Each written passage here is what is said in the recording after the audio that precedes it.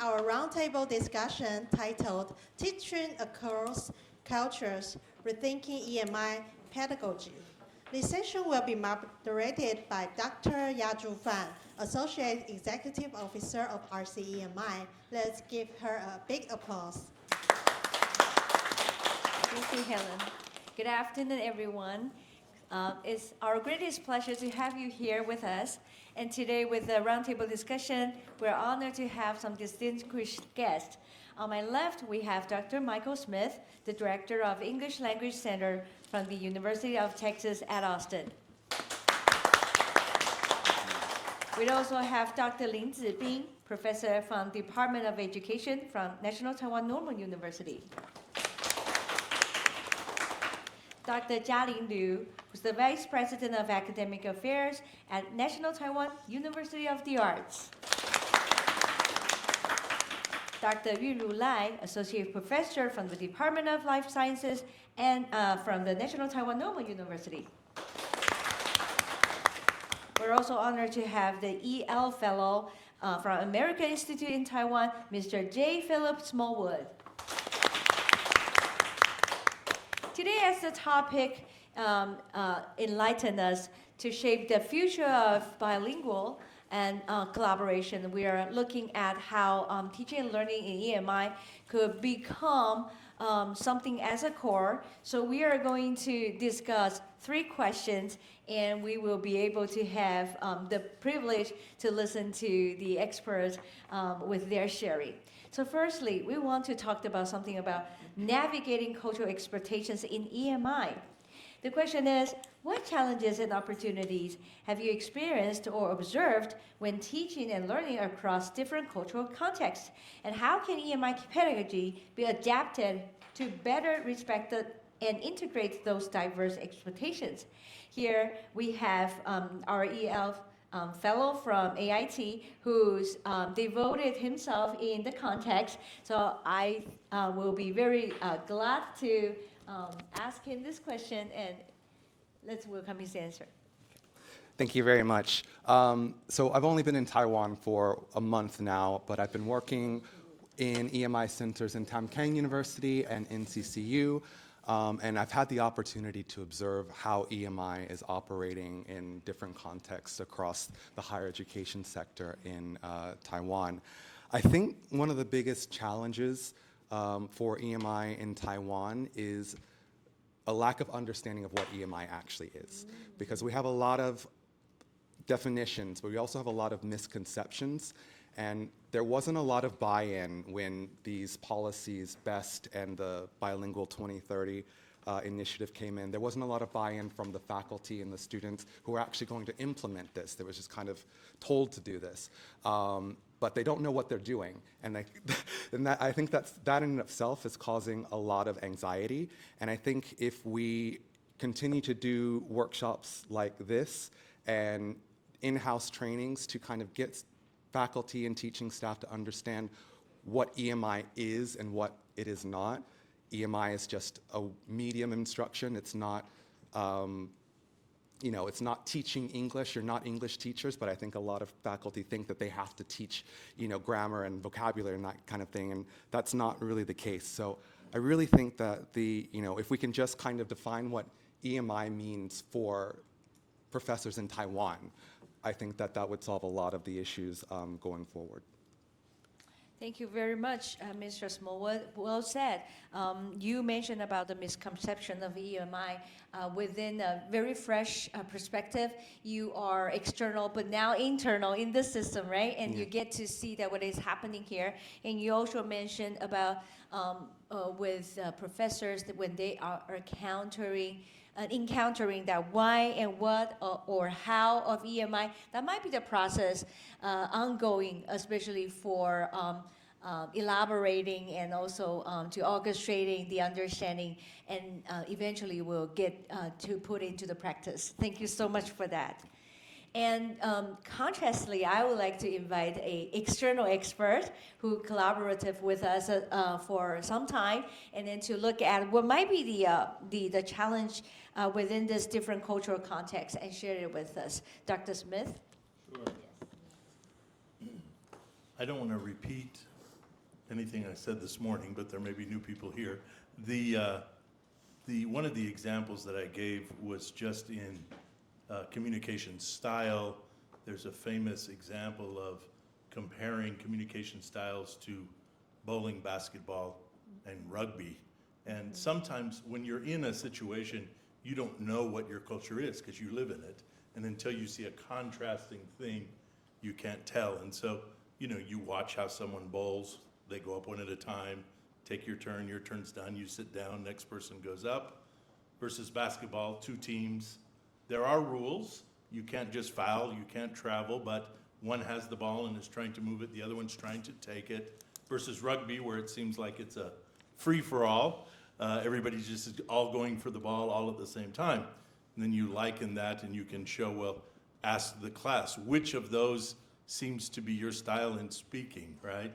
Typically in Taiwan or other Asian countries, they're more like bowling. Everybody, your turn to speak, then I stop, now it's your turn, versus kind of more American English environments where there's a little more play, some have it, they're trying to pass it to others, some are trying to take it, versus my Brazilian students or my Saudi students that are all just going for the conversation at the same time from both places. So part of it is to show them examples so that you can say what we're talking about is which one of these is going to be our class norms here. And so you have to bring those out early on. If they come to the class, an EMI class, expecting to get a lecture, and then you start trying to get them to interact, they're like, it throws them off. They don't know what to do. So you have to stop and go, oh, you may have been used to this, but so you set ground rules with the group, you know, as a class together. If you ignore them or you don't bring them up, then that's where you get the misunderstanding. So it's best to bring them out, to talk about them, to go over them. And to be honest, many times the misunderstandings come from something that both people value. They're just coming at it in a different way. So being careful it's just best to talk about them openly in the class. Thank you so much, Dr. Smith. You were talking about that the transformation that we can have in our classroom also affects to what we curriculum expert talked about, the grammar of the classroom, that the dynamic of the classroom, how the teacher and students interact, and that has to be gradually transformed, especially in the context of EFL in Taiwan, right? So we are not overwhelming our students, but we're not overwhelming our faculty either. So that progressive method is something that we need to keep in mind in the course, saying that EMI, you are not taking a magic wand around saying, we are doing EMI, we are doing everybody EMI. But we are, so we are keeping that in mind, saying that since that we're doing EMI, where should we start? How do we start? Where are we? What's next, right? So you be very attentive and become a very active agency in your community. So that is how we get there. There is no one-for-all solution, but with the collective understanding, we co-construct in every conversation or every workshop or every encountering, we get together. And that dynamic is something that we are experiencing, but as long as we have a direction with that vision and that light ahead, right, we're getting there. So we are very honored and happy that we can have this conversation to talk about that. And also from Mr. Smallwood and also Dr. Michael mentions that it's not just about the language, but we need to pay attention to the language, right? We need to be attentive to the language used, but we also need to be very conscious about how language shape who we are, how language shape the understanding, how language construct the understanding, and how language scaffolds students' learning. So that leads us to the second question, which we want to talk about something beyond language. How can we redefine the success in EMI? So to our panelists, I would like to ask you, in your view, what does effective EMI teaching really look like? How might we move beyond a focus on English proficiency to instead emphasize critical thinking, intercultural competence, and inclusive learning? With us, we have Dr. Lai Yunru. She's with us with the offsite to UT Austin training last year, and she, ever since, she played a very active role in promoting EMI and also experimenting EMI in her class. Can you tell us more? Thank you. Thanks, Yaju. Actually, in my opinions, of course, EMI classes is already way beyond the English proficiency only. Okay, and actually, I learned from a lot of class observations during these 2 years. A lot of my colleagues and other colleagues teach me a lot that I feel, in my view, the students' engagement is the most important part that we can see during the EMI class. If you feel the students engaged well, that means this is really a successful EMI class. Yeah, so, but how to do that, that's the pedagogical strategies there and the inclusive environment you create to those students, and how you notice that the students, did they really get your points during your course delivery? Yeah, I think if you pay attention or focus more on these parts, then you will create a more successful EMI classes during your path for those preparations, and everything's, it's not only the English parts that you have to focus. Yeah, so like this morning, I also have a lot of class observations for the different field of the courses, and they do show a lot of activities they create according to their field, their main subjects, and I feel I also learned a lot that how to choose different strategies due to different things or topics of the classes. Yeah, just for sharing. Yeah, I hope you guys like this. Thank you. Thank you so much, Dr. Lai. So what you are saying is that the engagement is the key in the classroom, whereas engagement is not when students are speaking or students are communicating with others. Yes, that show their engagement. That is strong proof that they are engaging, right? But what is inside here is something that powered them to produce that language in order that they can communicate. So yes, the engagement is actually the strong evidence of critical thinking, intercultural competence. And if everybody could be included, no matter how their language levels are, no matter how their knowledge is, where their knowledge is at, you are actually successfully creating an inclusive learning environment. So yes, that is something that we're expecting, and that also come back to you as the instructor, that you will be empowered and inspired, saying, my students are doing great, and then what am I going to do because the challenge is different, right? So previously, your goal is to engage them in a safe environment, and then to feel free to express their ideas, and later on, they're expressing.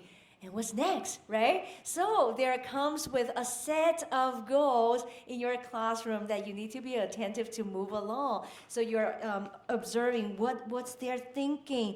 Are they thinking critically on the spot?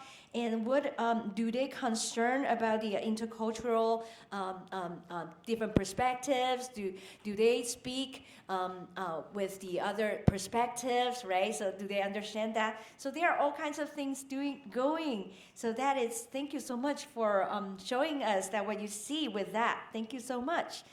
I want to also give this question to Mr. Smallwood as well. You are helping teachers and students in the university.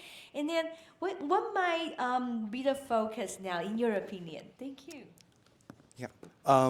Yeah, I think effective EMI teaching would be anything that prepares our students for the demands of the global economy and the job market that they're going to be entering.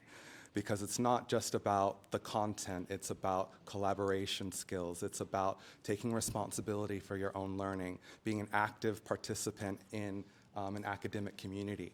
So I think a lot of what I've seen so far is, kind of encouraging this very passive kind of like, I teach, you listen, maybe you learn something, but we're not really thinking about, is the content, is the information that we're putting out there, are they able to process it?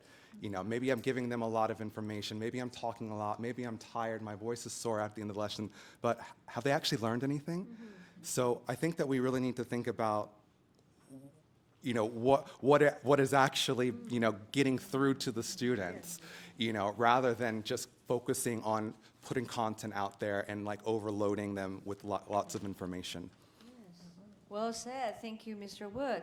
Yes, as the topic enlightened us, and that is our collective vision here, is that when you are teaching in a classroom, you are doing experiment. In education, we call that action research. You're actually using the action research method to see what worked, what doesn't, and then you want to start with the planning, and then to adapt to cater to the students' needs.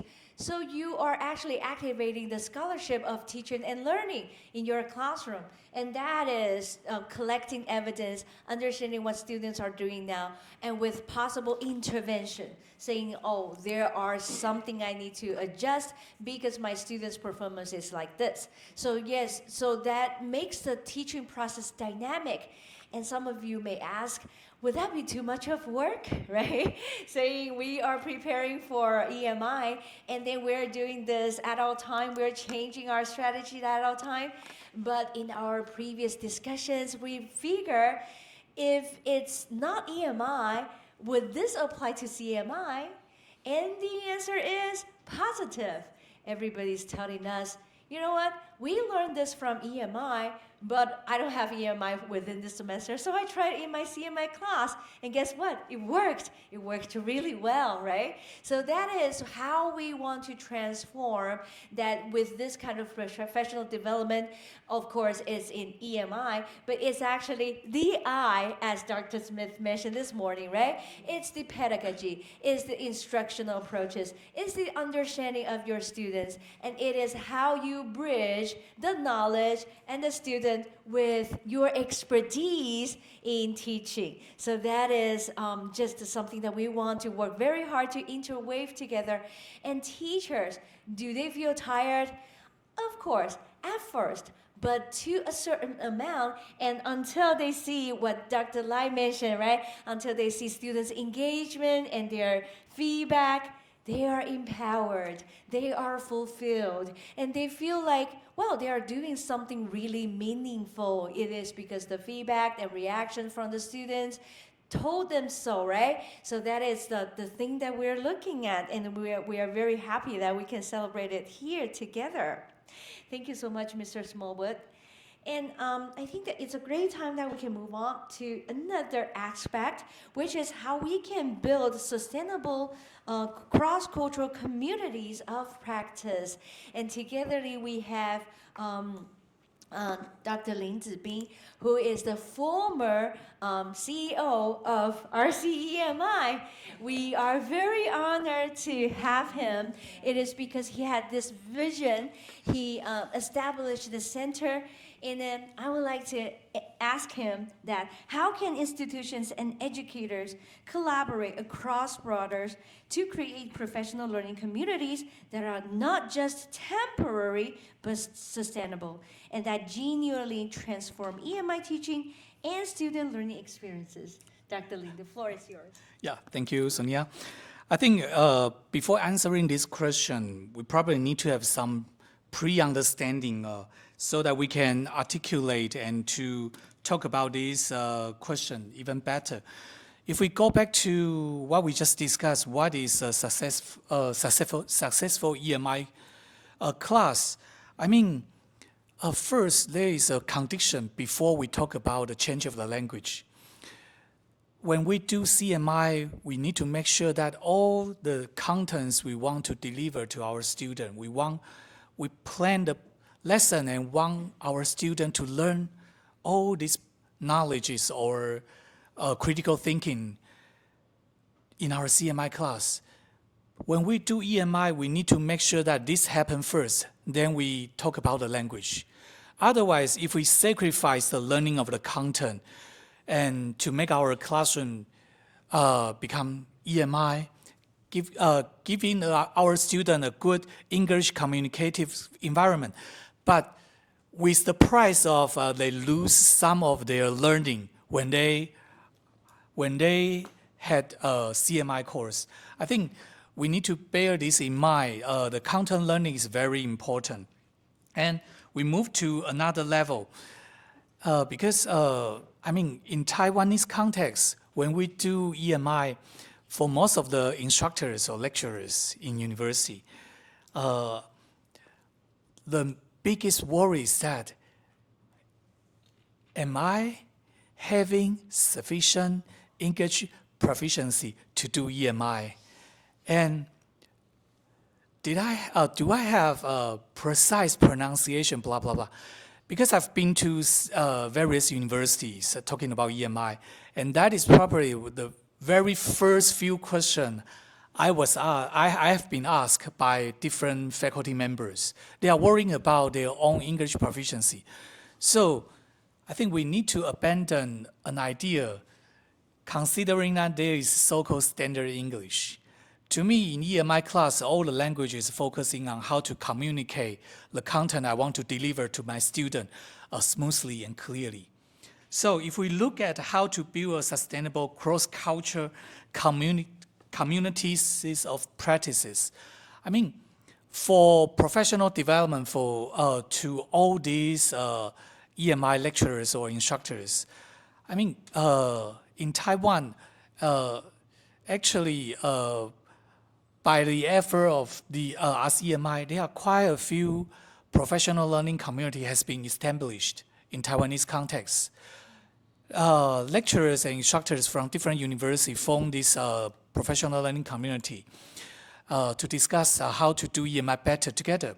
But when we talk about cross-culture, because foreseeably, in the near future, we will have more and more foreign faculty members joining Taiwanese universities in the teaching context.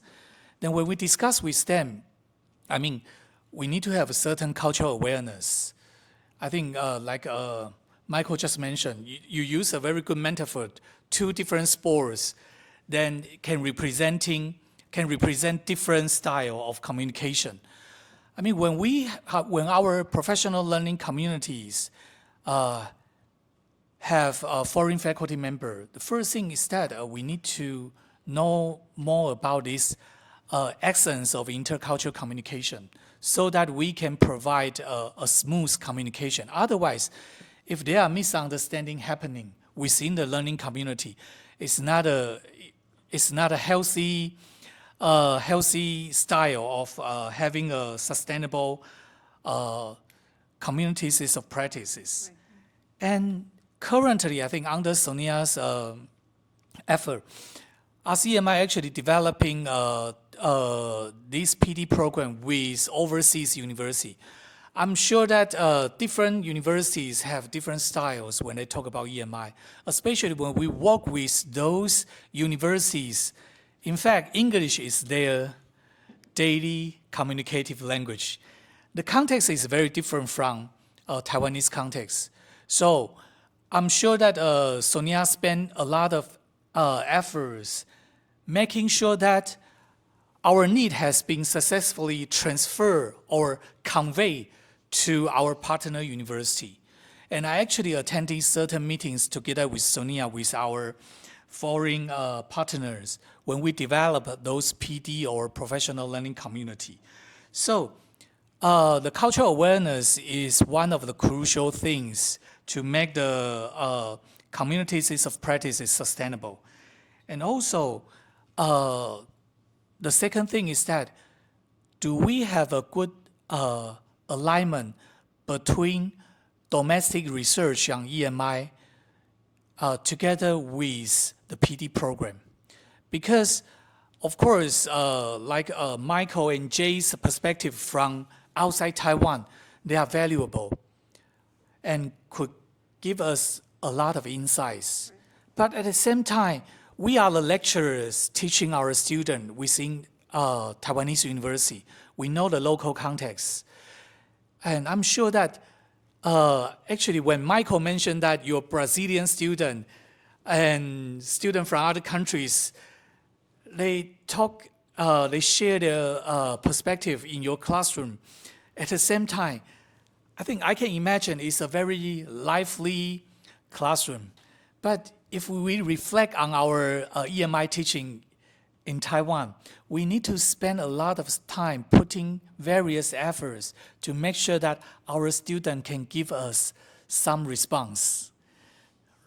So that's the cultural difference. That's the difference. The cultural contexts are very different.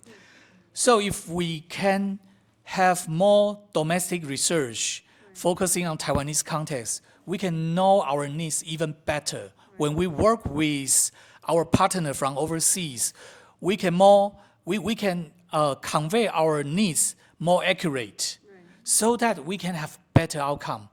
So if we want these communities of practice, especially the cross-cultural one, to be sustainable, first, the cultural awareness is very important. And then we need to do some domestic research so that when we talk to those foreign faculty in our own university or when we talk to our partners, university overseas, we can give them more accurate description of what we need. Yeah, and what are those scenarios we would like you to give us comments or feedbacks from an outsider's perspective. So I think that is the two things I would like to mention to answer this question. Thank you. Thank you so much, Dr. Ling. What Dr. Ling looks at is the sustainability of this EMI movement, right? And we're not stopping until 2030, at least, right? I think we have very high percentage that for universities we have to carry on. Yes. And we're like locomotive here in NTNU, and thanks to Dr. Ling's effort. I think that he actually raised two crucial aspects. One is cultural awareness. As Taiwan could be a very homogeneous society, right? We are trying to build up this to become like more open-mindedness, but with the awareness that other people may be different from us, but can also be right? That is something, and that is how academy, like academic setting, teach us, right? Because we are persuading others from our own perspectives, and it is because of all kinds of different perspectives enrich the understanding of a topic. So that is the thing. When we are moving on to EMI, that also give us this mentality. And that mentality, when orchestrating correctly, can be sustainable to EMI communities. The second one is, how can research benefit the alignment with the goal and the practice, right? Especially that EMI, the EMI practices that we have in Taiwan, it's an overarching concept of where it was first brought, right? And it is happening in different countries around this world within different contexts, especially in Taiwan, that Dr. Lee mentioned that we actually is actually under a strong cultural is under a strong cultural environment mentioned by Bernstein, right? So we have a norm that nobody says it, but everybody know that they ought to do this. And students are being trained, and also teachers are also being trained to comply to those norms. And it seems like is not comfortable for them to speak up. So a lot of the teachers were misunderstanding, saying that my students are shy, but let us not ignore that there is cultural factors here, resides deep in the core, that we are Asians, and in this country, right, we respect with following with those norms. And that is something that we very interesting for us to look at. Very interesting for us to look at. So thank you so much, Dr. Lin, for giving us this insight of how we can push to the next step. And then I would like also to invite Dr. Liu, who's working as the Vice President of the Academic Fair Office in National Taiwan University of the Arts. Yes, because I'm from National Taipei University of the Arts, so sometimes I pause a little bit. Taiwan University of the Arts, yes. She's now working as the locomotive in her university, and we would like to ask for your insight about this. Thank you. Okay, thank you, Dr. Fan. So I think this question can be seen in 4 aspects. Yes. So the first, the students, second, the faculties, yes. And the third, the international partners, and fourth is the institutional support. Yes. So let me begin with the student. I think very important is that we give students an inclusive environment. So as Dr. Fan just mentioned, so it's a cultural factors. When they are not just shy, yes. So they are maybe, just, be just polite, and they don't want to share in public their opinions, but they are expertise in some aspects. So I think if we build up an inclusive environment, or they might want to share their opinion with their, classmates. And second, for the faculties, I think most teachers mentioned that it's very important to give students the confidence to speak up in classrooms. However, I do think it's also very important to give the teachers, the faculties, the confidence as well. So most faculties, they are expertise in their domain, and they have, full knowledge, but they just don't feel comfortable speaking in English. And as Dr. Lin just mentioned, so it's not about the language, it's about the knowledge. So if we, as faculties, we can have the confidence, then everybody can give EMI courses, not just CMI courses. And also, I think what I learned very much from this training offered by RC EMI is that they gave us a template. So everybody who has the template who can set up a successful classroom. So I think we just give the faculty some guidance, some template, so everyone could be a perfect teacher. And the third comes to the international partners. So I think there are many universities from the States, they offer, this kind of course, but they are not one university could be as UT Austin, customized for us. Yeah. And I think it's very important because, for the customization, it's for us just 2 weeks and every day, 5 hours, 6 hours, and everyone who participate in this class, we work very hard because every day we had assignment. And as I think the customized program is important. And I think I learned a lot from this trip, and those we have to thank you. The NTNU chose that UT Austin as the partnership, so we can learn so much. And come to the last is the institutional support. I think if every institution who want to have the EMI course, they can build up RC EMI just as NTNU, so they can provide many resources. They can build up an so evaluating mechanism. For example, nowadays at school, teachers have 3 essential jobs. First is professional teaching, and then service, and then research, right? And if we can make some mechanism that help young scholars, if they do more EMI courses, can correlate to their promotion. So maybe everybody will have the motivation to join in the EMI groups, right? So I think this has to be, okay, aligned from the institutional aspect. So that's the 4 aspects I would mention. So students, faculty, and international partner, as you see, Austin, and also the last one is the institutional support. Thank you so much, Dr. Liu.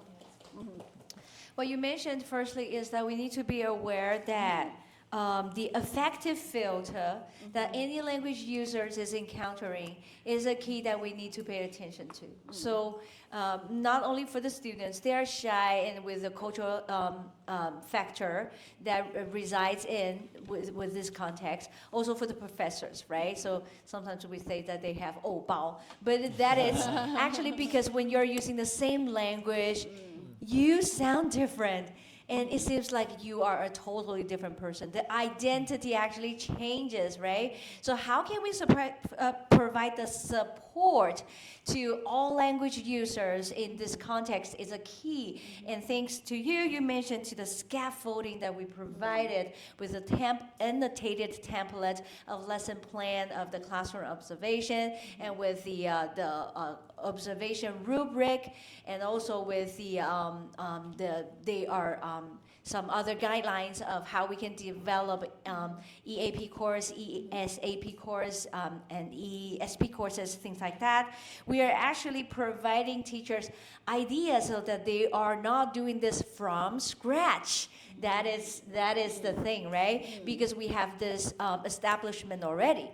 And the third thing is that institutional support that also reminds us that we, RC, are trying to develop an ecosystem that is every agent, that is every one of you who is being trained can activate your agency well by sharing your expertise or sharing your practice and praxis, right? And in your context, and we are cascading the knowledge all together, and then we have a collect understanding. And that, by inviting you to come back, by inviting you to go out, by inviting you to share, togetherly, you are also working as the scaffolding for young scholars, young teachers. So togetherly, we are creating this ecosystem together. We are not just leaving the EMI courses to specific teachers only, but we are creating a very inviting environment to invite everybody to join, and that is the thing that we are doing. And thank you so much for acknowledge that, and also you also put that as your institutional goal as well. That is extremely important, right? Thank you so much. I would like also to give this question to hear from Dr. Lai. Although she mentioned that she's only answering one question, but I think because she's becoming so active in our professional learning communities, and I think that it is because of her devotion, her community, and also her class thrives. They are having a very enriching experience, interweaving from everybody's effort. Can you tell us a little bit about that? Well, I think Dr. Liu actually shared a lot of my idea already. I mean, all of the, sorry. Oh, yeah. Thank you.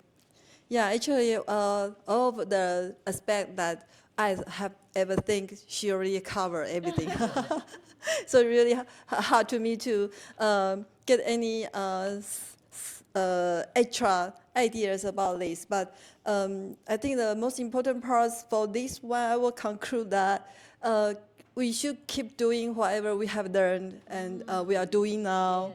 Yeah, and try to improve it, not stop ourselves, that feel satisfied with what we have done already. Yes. Because actually, more you do it, more you learn it from others, you feel, wow, there's actually another world. Yes. Like today, I just request Mike to give the advanced course for us. Yes. Because we think we still have a lot to learn. Yeah, and so many points that we haven't think about.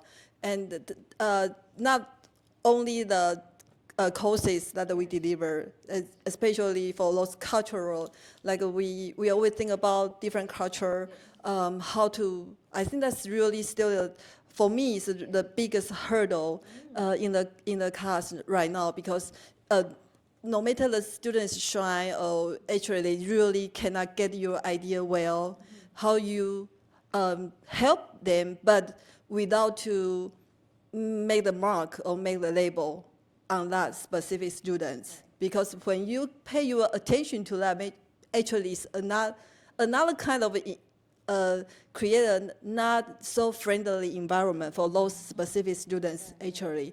So how to balance this? How to, you pay attention, you know that's a problem there, but you not really create the whole focused environment to that specific students. Right. Yeah, I think this is still the things that we have to learn, and how to adjust, our strategies in your class delivery.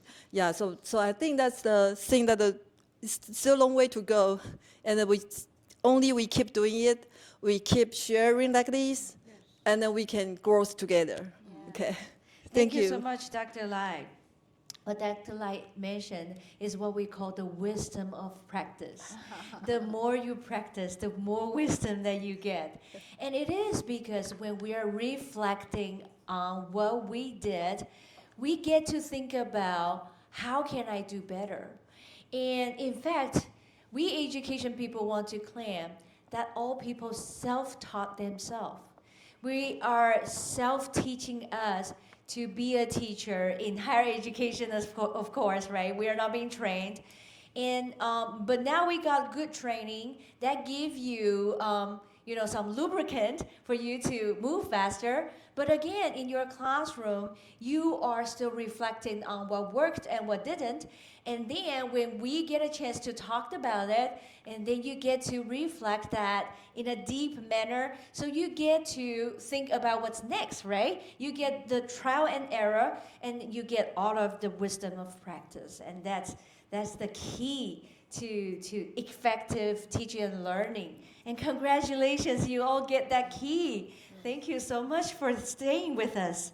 And then as Dr. Light mentioned that with this course, the effectiveness that she got, we could not do this without this customized program that Dr. Liu mentioned, right? And this customized program is actually a product, but it's an ongoing product that our RC continuously orchestrating that with Dr. Smith's center.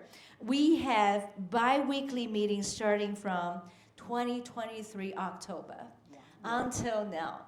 So I meet with this guy. I'm home late at night, tired. She's in her car driving to work. We're talking. And I can't believe that time passed so fast. In every meeting that we had, get a deeper understanding of who we are, why we are doing this, what we are doing this, and how we are going to do this. So today we got the strong evidence of the participants presenting what they've learned, right? And some even use a strong framework to examine this program. And then if the program actually fulfilled with every aspect, it is because this customization that they cater to our needs. So that starts with strong need analysis and continuous observation of the formative assessment that the teachers apply in the classroom. So Michael, would you like to end up this and tell us how you think that how we can build sustainable cross-cultural communities of practice with our experiences here? Can I go back one question real quick? If you don't mind, sorry. You know, there's constantly in education, there's buzzwords, and sometimes after a while you're just sick of hearing them. One of those words that's been around for the last 10 years is the flipped classroom. Yes. You've all heard that, right? Has anybody ever been in a flipped classroom? You've seen it happen? We talk about it a lot, we don't. To be honest, an EMI classroom is a wonderful place for a flipped classroom. Imagine this. Right now, I think in a university level, we view the classroom as where the teacher is transmitting the content to them in the classroom. I know this content and I'm gonna give it to you, right? So you transmit the content in the classroom and then the students go home and then they process the content away from each other and away from you by themselves. The kind of classroom we're trying to do is where in the classroom they're processing the content. So if we're gonna do that, where does the transmission of the content have to happen? Outside of the classroom. So you may have to rethink, instead of coming in and reading the PowerPoint, give them the PowerPoint as the homework, go home, read the reading, watch the PowerPoint, that's the homework. And then when you come to class, that's where we're going to do the critical thinking, we're gonna do the intercultural exchange about how you felt about those things, right? Now, we know that undergraduate students are undergraduate students. What do we do if they don't do what they're supposed to do at home? Now they can't participate in class. Yeah, that's the consequence. So guess what? You can't participate because you didn't prepare. And soon they'll realize, oh, if we don't do what they ask us to at home, now we can't fully participate in class. I'm not saying you do that for every class, but you might try that in some cases, because then they realize class is a place where I'm not sitting passively, it's where I'm supposed to already come with something, and then the teacher, their master role there is to help them digest and process what's going on in the room. I watched Charlene's, I don't remember. I watched Charlene's class the other day, and she was doing it on trailers for movies, because in her class they're talking about how you would produce a trailer and there were 4 key vocabulary words that you use to assess whether a trailer is good or not, and she explained all of that to them. She had a great warm-up where she showed them a trailer and talked about how they felt and why they liked it. Then she gave them 2 more, had them kind of compare and walk through them, and then right at the end of the class, that's where they started then to take all that stuff they'd learned and work on it. And they were so engaged, and they were speaking in English, and they were doing the activity, and then the class ended, right?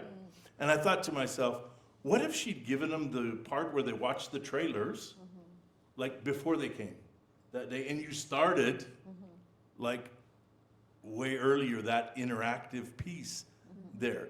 Her class wasn't bad, it was amazing actually, but that was just the thought. And then they were 2 very different trailers, right? One was black and white, there wasn't much information, very mysterious, and one was for Hunger Games, very popular movie, a lot of action, and stuff.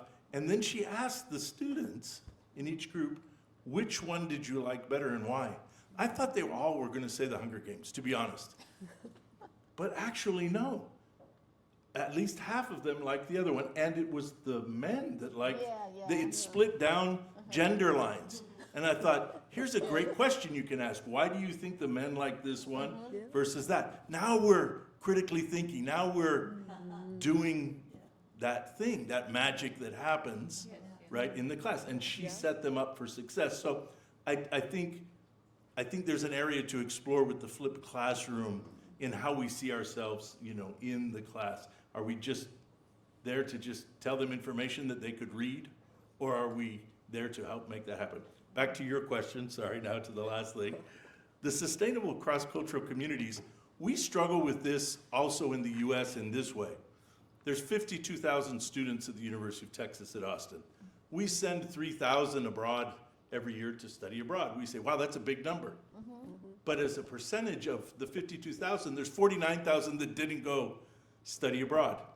We get universities come all the time to the University of Texas saying, we want a reciprocal exchange agreement, full reciprocal exchange where our students come there, your students come here. Why don't we have hundreds of students from the University of Texas coming to Taiwan? Well, because none of them speak Mandarin, right? They're not ready to come and do that yet. As you offer more courses in English, there will be more that can come and do that, right? Because they have to have a balanced thing. But what we do now, and I know that, I don't know if you do it here on campus, they have what they call global virtual exchange, right? So this is a perfect way in the EMI context to start this. So we'll have two professors that are colleagues, they went to the same school, they've met at conferences, and they say, let's offer the same course, cross-listed at your university, my university. My students are gonna be, I'm gonna give the lecture half the time and your students watch and my students are there live. You're gonna give the lecture half the time. This solves the problem that EMI struggles with, the kind of unreal condition of, why do you have a native speaker of Mandarin standing in front of a bunch of native speakers of Mandarin speaking English, right? Yes. It's hard for them to get over that. But if you have a whole class online that's participating with you that don't speak Mandarin, and on this side you've got a group that can speak English, then that creates that setting where it seems natural, and you, without having to pay the expense of traveling, you can simulate that kind of an experience. And then you get all the intercultural things that you want through that, and you can have them work outside of the class time to do things. So that's just one of the ways that I think you can do that. Wonderful. Michael, Sure. you're my soulmate. That is actually something that we are thinking, but probably could not collaborate with UT Austin. But with the time difference, yeah, we can explore the possibility, especially we have this commitment, right? Yes, that is well what Professor Smith said with his previous part is that knowledge does not mean, delivering knowledge does not mean achieving understanding. You are delivering knowledge, but students may not understand. So that is a huge thing that we educators should bear in mind. And that is a little bit confusing, I understand, because that is a big topic in education. Especially a huge debate, right? But if you are for that, you understand that simply transmitting knowledge does not mean that you are developing understanding, and you actually hold the key, another key, to a passport this time to EMI. And then I love how Dr. Smith said that Charlene, Dr. Liu, set them up for success. You set your students up for success. You scaffold, you are raising them up, like that song, right? So they can reach the mountains, so they can cross the oceans, things like that. Yes, you set them up for success, and we are here, set the teachers up for success, so that this model for EMI could be sustainable. So I think that is a great conversation that we have so far. And I think it's a great time we open the time for our participant as well to have a conversation with us. So please just turn on your microphone to let us know how you feel about this and also some possible questions.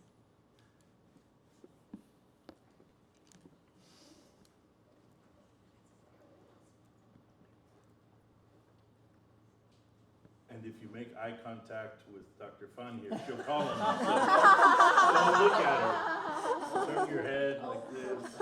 William's looking at you. Yeah, there we go, see? There's a cultural thing. Yep, well, I can say something. Just to follow up what you just said in the global visual classroom, I did that 2 years ago when I first came to this university. So I started using some EMI funding to invite scholars from overseas to talk about the transitional justice in show. And so in the Guangzhou instance, in Korea, I asked a Korean professor to help me to deliver my lectures. And in return, I talk about the Hong Kong umbrella movement. Right. Yeah, and I also invite professor to talk about the liberation of South Africa. The problem here is that, well, number one, we need to deal with the time difference. And number two is that, well, sorry to say that the very poor connection here. And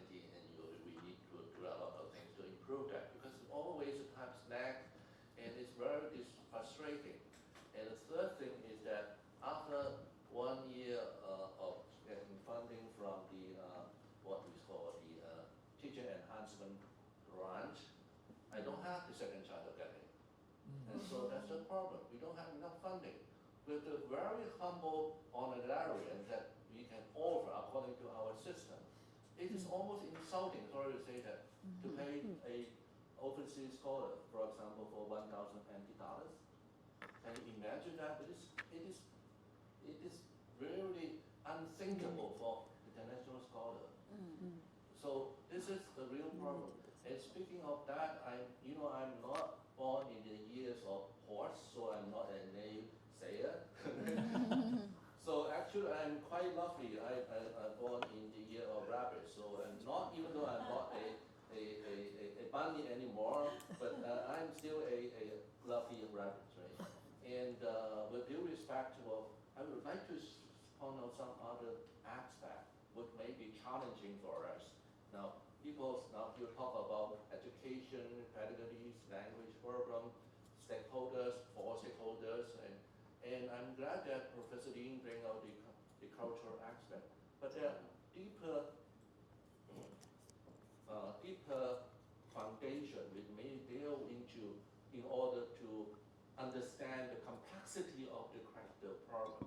For example, the social inequality. Now, the lack of student motivation is always mentioned here, but the problem is further complicated by the significant gap between urban and rural area. Now, especially when I travel down south, and in central Taiwan for places like Lantou. Well, I was surprised because of the lack of technological resources and adequate human resources. So this is quite surprising for me. So the EMI may not only reflecting existing social inequality, but also widen the gap between the rich and the poor. So students in well-funded school like NTNU usually have access to experienced teacher, digital tool, and rich English environment. While those in less privileged area, especially in the eastern part of Taiwan, right? We need to address this problem, right? Otherwise, we are just popping up in the heaven, right? So up in the cloud. So EMI for those less privileged students is something like a cherry on the cake, or cream on the cake. Well, it's delicious, but too expensive for me, right? But so that's it. Something that I may like to share is that what has been done with limited success in Hong Kong and limited success in Canada is that we collaborate. The stakeholder is not necessarily international stakeholder, but also domestic one. Make use of the NGO who are willing to enhance English teaching, such as church, the Christian church, such as the Mormon, right? Yeah. And the others is that we have to, maybe let me propose a mild social action. Sign an open statement here, send it to the education ministry, so that enough funding has to be allocated, effectively to enhance human resource and computer resource at least, right, to the less privileged area. Otherwise, we are widening social inequality, and I don't see the future of sustainable EMI without the caring of the general public. Yes, that's the thing that I should understand. Thank you. Thank Thank you. you so much, Dr. Wu, for pointing out the challenges that we are facing for now. We understand that we are doing EMI as a vision, but we also understand there are hurdles in between, right? And when we can be honestly, face those challenges, shall we solve those problems? So thank you for being so honest and pointing those out. And those are you point out the area of improvement, and that is the thing that we need to pay attention to. And because of the expertise of Dr. Lin, who has a strong orchestration in policy, especially in EMI, I would like to invite him to respond to what Dr. Wu just mentioned. I think Professor Wu mentioned a very macro scenario of the imbalanced distribution of resources across Taiwan. I mean, I know about that because before, when I was young, I grew up in Hualien, so I realized those things a lot. But when we talk about EMI, we have different levels because most of our discussion focusing on our classroom teaching, especially for this training.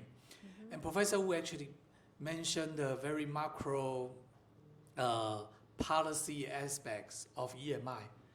But I have to say, in the past 3 decades, the ministry put in various resources, tried to change this kind of urban-rural gap in terms of the use of technology or in terms of the academic performance. I mean, for pre-university education. But most of the attempts failed. Yeah. Because this is not just to provide funding. Funding is just the very superficial level of the issue. The other issue including that, I mean, when we talk about education, yeah, it's not only about school education or university education. Actually, the first educator is their parents.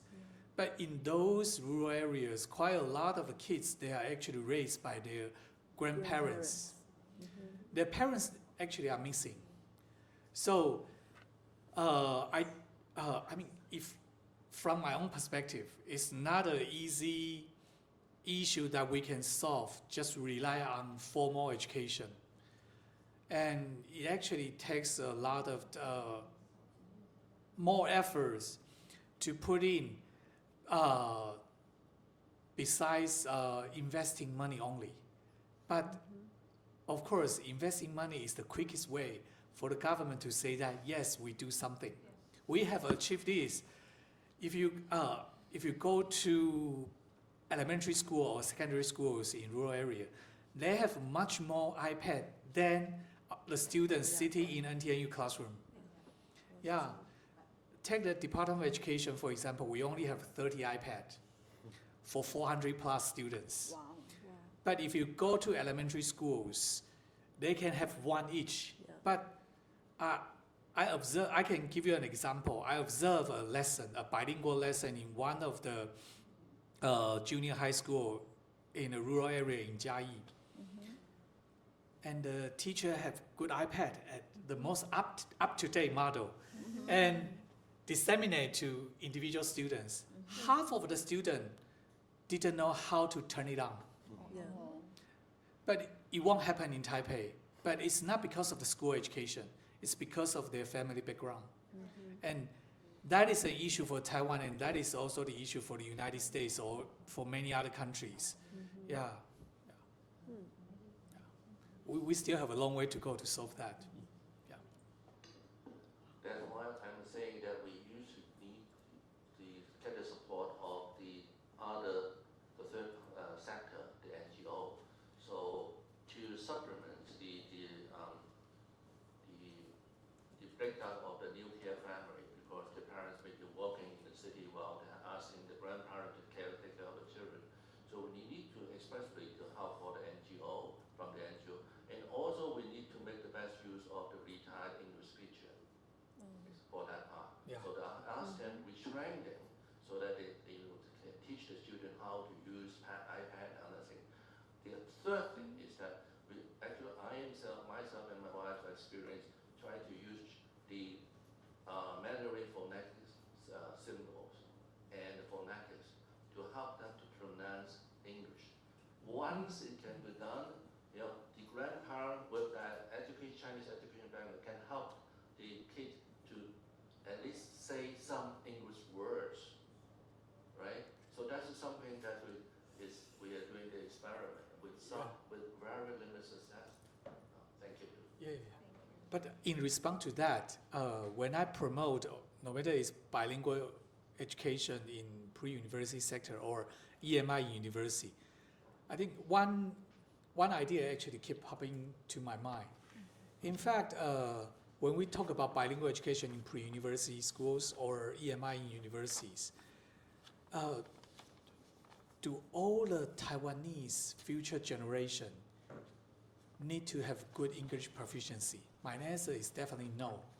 There are quite a lot of Taiwanese who can live on this island happily, fruitfully, on this island for his whole life, and he or she doesn't need to speak like 10 sentences of English.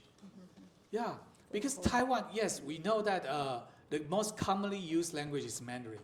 But the reason why we want to promote EMI actually is in resonate to Dr. Smith and in resonate to Jay.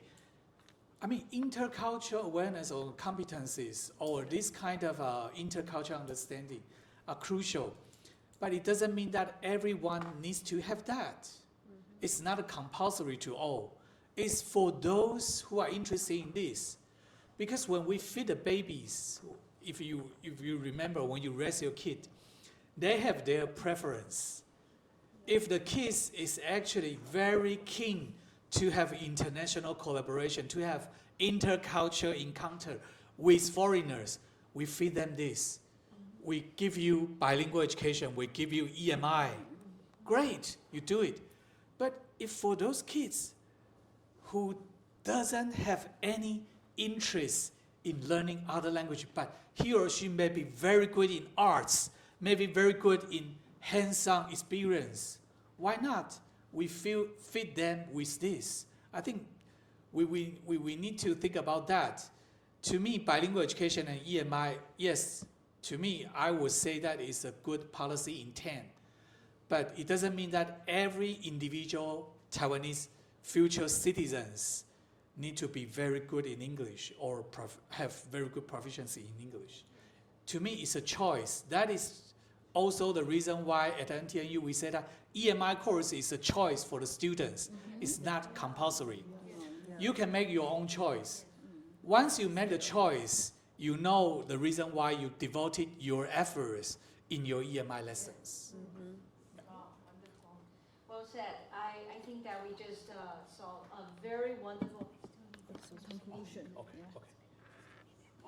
It's a really wonderful opportunity for us to have this kind of conversation talking about, well, the hurdles and the obstacles that we're having. And that actually deepened our understanding of what EMI is about. In NTNU, we have a slogan. We say, 选择中开创机会. So it's, when we are doing EMI, we are now reaching at its, the 15% of, EMI is like 15% of the part of the whole program in whole university education here in NTNU, and we are looking at it and we're saying, is it enough or where to, right? But currently we say 15% is good enough, right? Because we also realize that students have their own autonomy and they have their own choice. So that's it. So thank you so much for this wonderful conversation.